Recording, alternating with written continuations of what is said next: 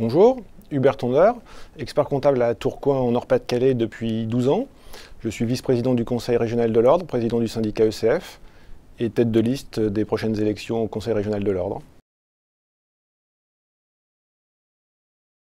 Alors nous avons la chance d'exercer une profession qui jouit d'une grande notoriété.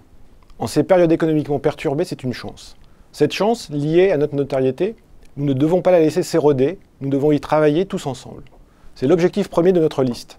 Mettre toute notre énergie au service de la profession afin de vous permettre d'exercer notre profession d'expert comptable et de commissaire aux comptes de façon sereine en tant qu'acteur incontournable de la vie économique. Régionalement, nous nous sommes inscrits dans l'action nationale et nous avons été innovants. Au titre de l'attractivité, avec le tour qui compte auprès des jeunes, au titre du financement, avec le tour du financement, qui nous permet de rejoindre et de faire le lien avec nos partenaires que sont les banquiers et les chambres consulaires. Ces deux projets ont été repris au niveau national. Il nous faut maintenant poursuivre ces actions, les renforcer et les consolider. Pour cela, nous devons être innovants.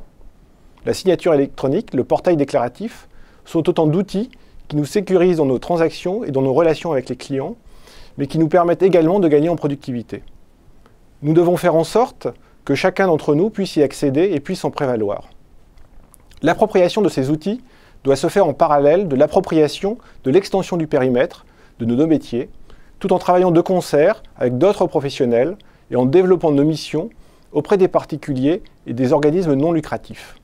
Mais c'est en nous adaptant à notre environnement que nous serons les plus performants dans un cadre de concurrence et de communication. Pour cela, nous devons garantir l'équité et les modes d'exercice différents. Nous sommes toutes et tous des professionnels du chiffre et nous devons être adaptés à notre clientèle et à notre environnement. Nos différences sont une richesse pour notre profession.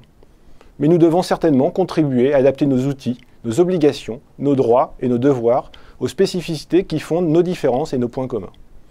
Nous sommes toutes et tous attachés à l'indépendance à l'égard de nos clients et au respect de la déontologie, base de la qualité de nos travaux et de nos relations professionnelles. Poursuivons nos actions sur ces bases essentielles afin de développer nos champs d'intervention, tout en garantissant à chacun et à chacune d'entre nous un exercice libéral serein. Après 4 ans au Conseil régional de l'Ordre, je pense pouvoir vous dire que nous avons contribué à diffuser les outils et le projet du Conseil supérieur. C'est des outils techniques qui vous ont été mis à disposition. C'est également des outils qui permettent de renforcer l'attractivité générale de la profession, mais qui vous permettent aussi de rentrer en relation plus facilement avec des partenaires tels que les banquiers ou les chambres consulaires avec lesquels nous avons l'habitude de travailler. Par ailleurs, je pense que l'équipe en place, qui termine cette mandature, peut se targuer d'une très bonne gestion de l'institution régionale. Mais nous devons poursuivre ces actions pour renforcer cette attractivité, pour vous permettre encore d'exercer plus sereinement votre activité d'expert comptable.